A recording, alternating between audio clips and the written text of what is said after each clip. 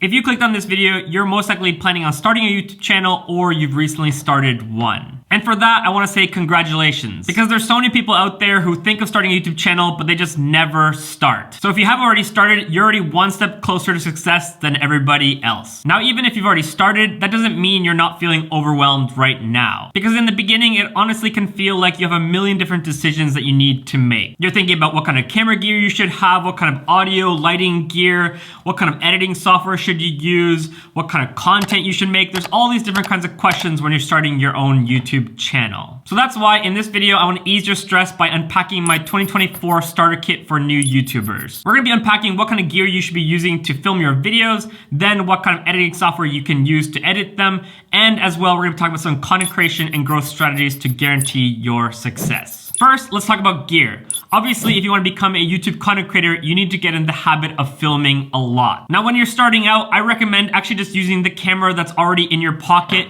the iPhone. By shooting with an iPhone, A, you're not gonna break the bank right away, which is important because you're not yet making money from YouTube content creation, and B, it's a lot less intimidating to go out and vlog with an iPhone than it is with a huge camera setup. When it comes to shooting with my iPhone, here are some of the settings that I like to use. First, for my standard talking and vlogging shots, I'm gonna be filming in 25 frames per second. If you're from North America, you're gonna use 24 frames per second. And then for any slow motion or B-roll shots, I'll film in 50 frames per second, or if you're from North America, 60 frames per second. For video resolution, I'm always filming in 4K, and that's for two reasons. The first reason, I want to have the best quality footage coming out of my iPhone, and the second is that because I'm filming in a 4K resolution, I can easily crop in for different angles if I'd like. This is great, especially when you're doing a standard talking shot. You can have a wide shot like this, and then you can zoom in and crop in a little bit for a tighter angle to change things up and keep it a little bit more spicy. Enhanced stabilization, I have turned on because I want to have that really nice smooth footage, especially when I'm filming handheld with my iPhone. It is going to crop in a little bit because you're filming in 4K, you have more than enough resolution quality in the footage still. HDR video, I'm going to turn off because it's an absolute nightmare to color grade, and as well, most people are not watching on different monitors with HDR. Auto frames per second, I'm going to turn off, lock camera off, and then lock white balance on. I like to have this on because I don't want the white balance to be continually changing while I'm filming, because that's what the iPhone's going to try to do. It's going to try to adjust the white balance for where you're filming,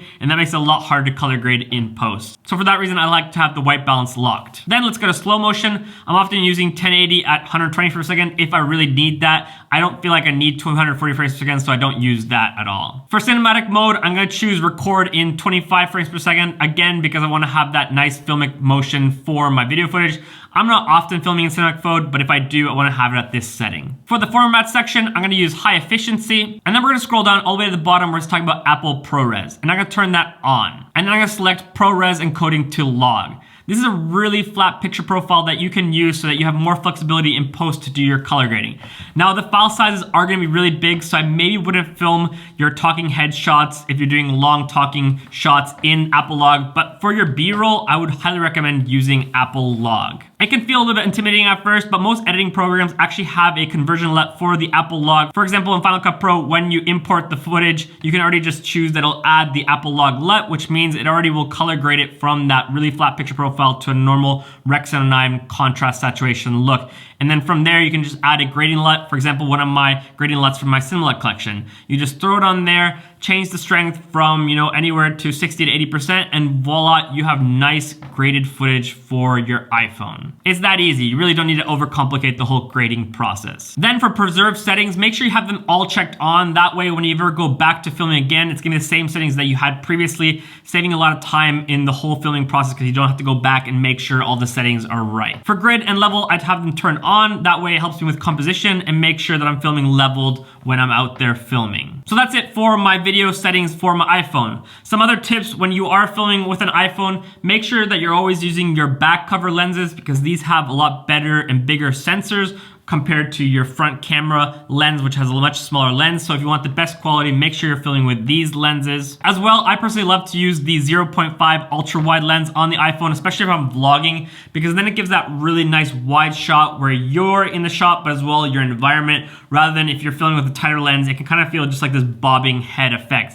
So if you're out vlogging, I would highly recommend using the ultra wide lens 0.5. Then if I want more creative B-roll shots, I'm gonna use the wide angle lens or the 2x zoom. I try to avoid 3x because I feel like the quality just starts to really suffer there. So I stick to the 1x or 2x lens on my iPhone 15 Pro. Also, whenever you're filming with your iPhone, don't ever pinch and zoom because that's just digitally zooming on, meaning it's just scaling in and out. Whereas if you're actually using the different lenses, it's gonna keep the quality a lot higher in your video footage. So don't ever get in the habit of just zooming in and out on the screen when you're filming video. Now, one challenge of filming with an iPhone, especially with the back cameras, is that you're not actually able to see what you're filming. So it's a little bit hard to know, do you have the right exposure or is the composition right? And there's 3 workarounds for this. First, you can actually connect your iPhone to your MacBook Pro. You can mirror the image to your MacBook Pro, meaning when you're filming with your iPhone, you can then check to see with your MacBook Pro what the exposure and composition is like.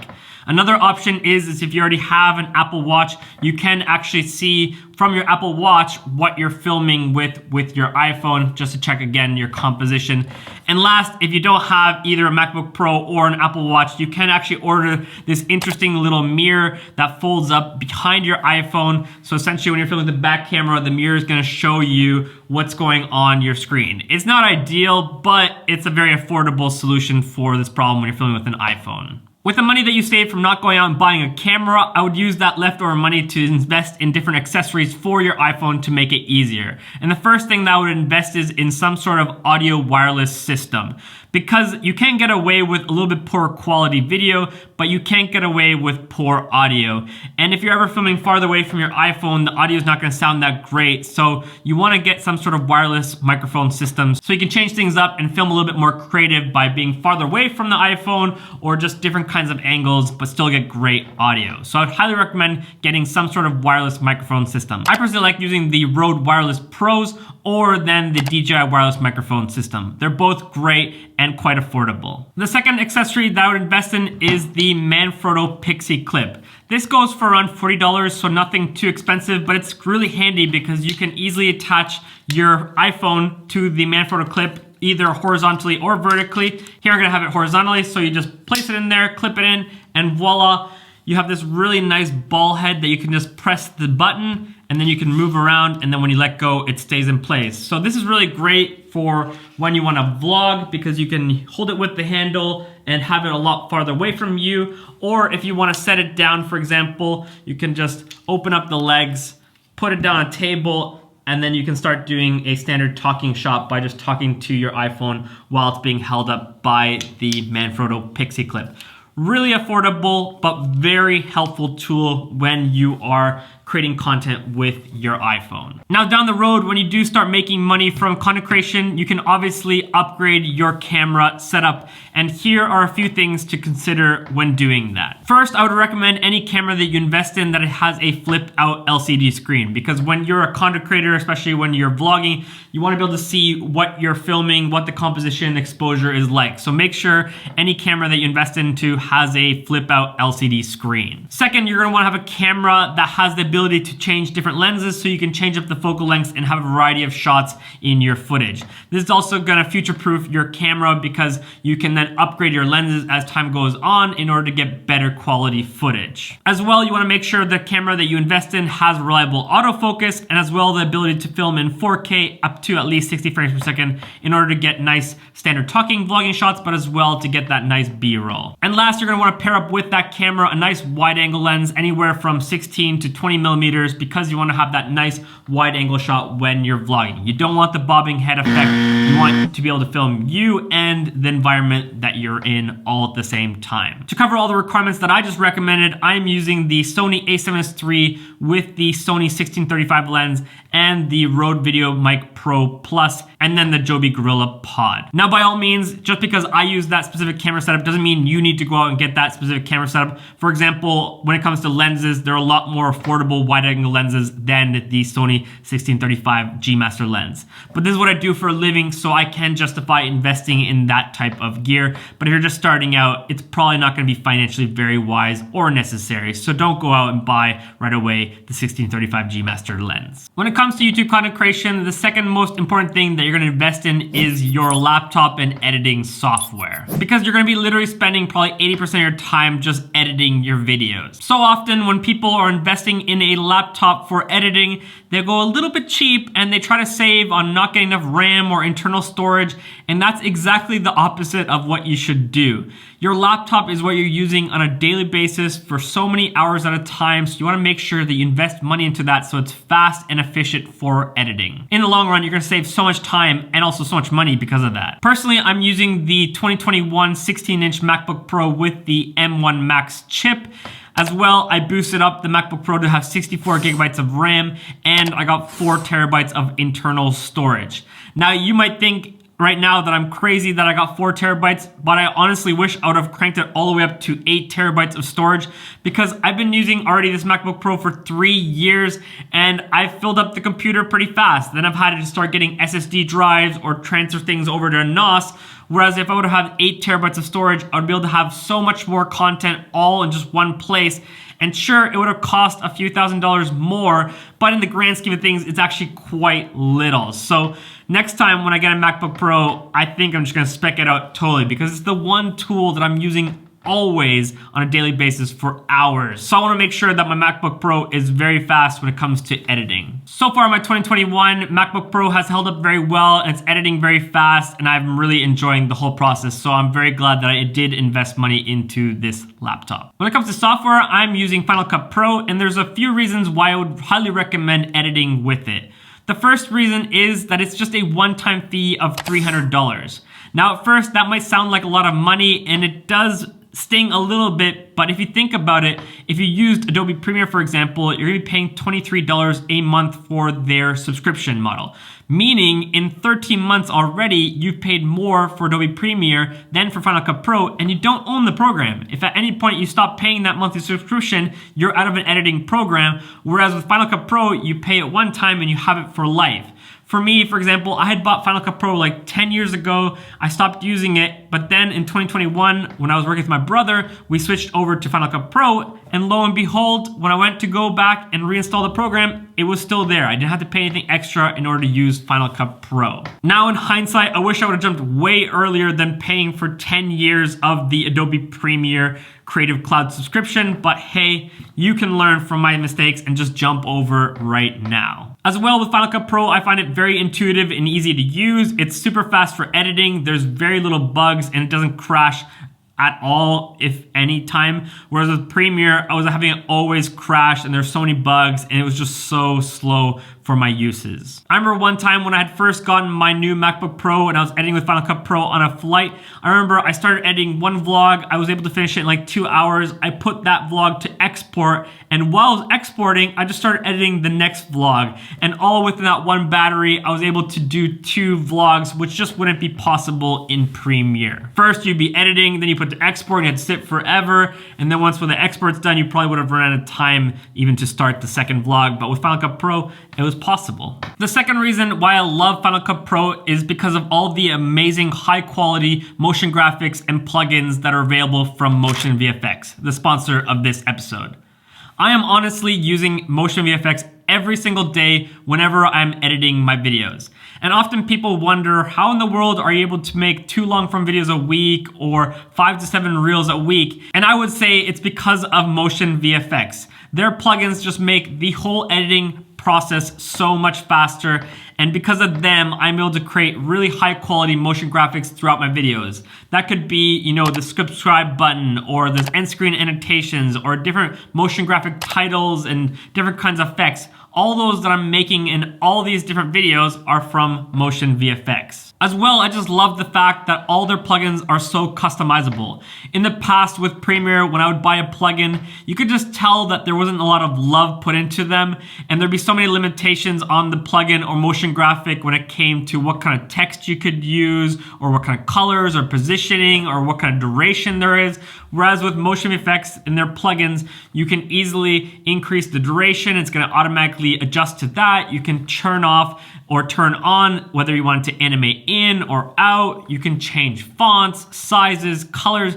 You can truly customize it to be unique to the style that you want for your videos, and it can be done easily. As well, to save time, a little hack that I have is that I actually have a separate project file with all the different motion graphics that I'm using on a weekly basis. That way I can make them once and then they're ready, and I can just copy and paste them into future projects. This allows me to have just a unified style throughout my videos, and as well, it just saves me so much time. So if you're gonna use these plugins, make sure you set that up for your future projects. If I have piqued your curiosity, you can actually use the link in my description and use my code TEPOMVFX to get 10% off, which is really kind of the people from Motion Effects to offer to my audience. So make sure you go check that out. Highly recommend investing in these plugins because honestly, they're gonna save you so much time and they're gonna make your projects just way more high quality when it comes to different motion graphics, titles, or effects that you want in your videos. So by now we've tackled the conversation about gear and editing software, but now what? How in the world do we come up with video ideas on a weekly basis? Let's talk about this. If you want to be a successful YouTube content creator, you're going to have to get in the business of ideation. The amount of ideas that you can come up with on a weekly basis will be in direct correlation with the amount of content that you put out. So the more ideas you have, the more videos that you can create. So the question is, how do you come up with ideas? Well, in order to answer that question, we need to take a few steps back and define a few things. First, you got to define who are you? What makes you you? What makes you unique compared to everyone else? And as well, you want to ask, what are you passionate about and what are you good at? By answering these questions, it's going to help you determine the style and type of content that you're going to want to create as a YouTuber. For example, for me, I'm a very relational person. I love helping people. As well, I'm very passionate about photography and filmmaking, and I've been creating YouTube content since 2017. And over the years, I've learned so much, so now I'm on a mission to help a beginner content creator with my channel. For you, it might be something totally different. For example, maybe you're a passionate outdoorsman and you love camping and being outside. Maybe you want to help and inspire others to start enjoying the outdoors. Or maybe you're really passionate about finance and you're really good at managing your money and you want to help other people become good stewards of their finances. Whatever it is, you want to take what you're good at and what you're passionate about and make content about that for a specific person. The more you define and understand your target audience, the better you're going to be able to create content that serves and helps them with different pain points they're going through. So for example, for myself, because I'm trying to help beginner content creators, I'm always trying to brainstorm and think about different pain points or struggles they're going through in order to create content to help them and encourage them. Once I've done the foundational work of defining who I am and who I'm creating content for, then I take that overriding theme and break that down into categories, thinking about what kind of content would help that specific person. So for example, myself, and we're gonna help out a beginner content creator, they're gonna be interested about gear, they're gonna wanna learn about editing and creating content, they're gonna wanna learn about the business side of being a social media content creator, and as well, they're gonna need a lot of encouragement on the road. So those are the 4 different categories that I have when I'm creating content. By having these 4 buckets, it really helps me practically just to break down all my ideas into different categories and come up with them on a weekly basis.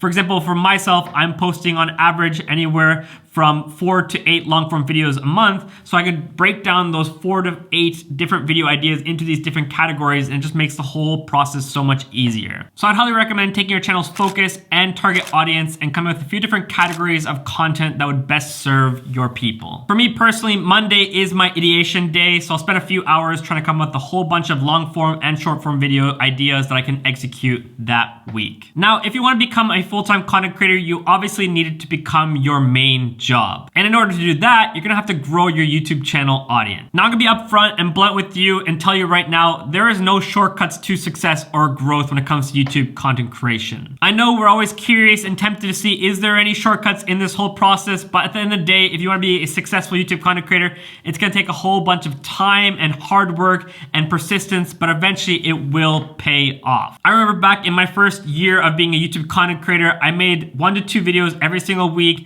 and looking back after that first year and counting how much money I made, it was somewhere like $20 to $50 per video. Obviously not something that you could live off of. But fast forward to 2023, I made over 6 figures with my business, and I'm definitely able to pay a very generous salary to myself. So it will pay off. The hard work will be all worth it in the end if you just keep at it. So how do you grow a YouTube channel? What are the tried and proven principles that actually work? Well, there's 2 things that you need to do in order to grow. 1, you need to post a whole bunch of content, and 2, it needs to provide value. I often say the more content you post, it's like taking more shots on net. And we all know the more shots you take on net, the more goals you're likely to score. If you never take a shot, aka make a video, you're not gonna be able to score a goal, meaning you're not gonna grow. So get in the habit of creating as much content as possible sustainably so you don't burn out while providing value. Now I keep mentioning that your content needs to provide value, but what does that actually mean? And again, you gotta think from your audience perspective. Why would they sit down and spend all this time watching your video?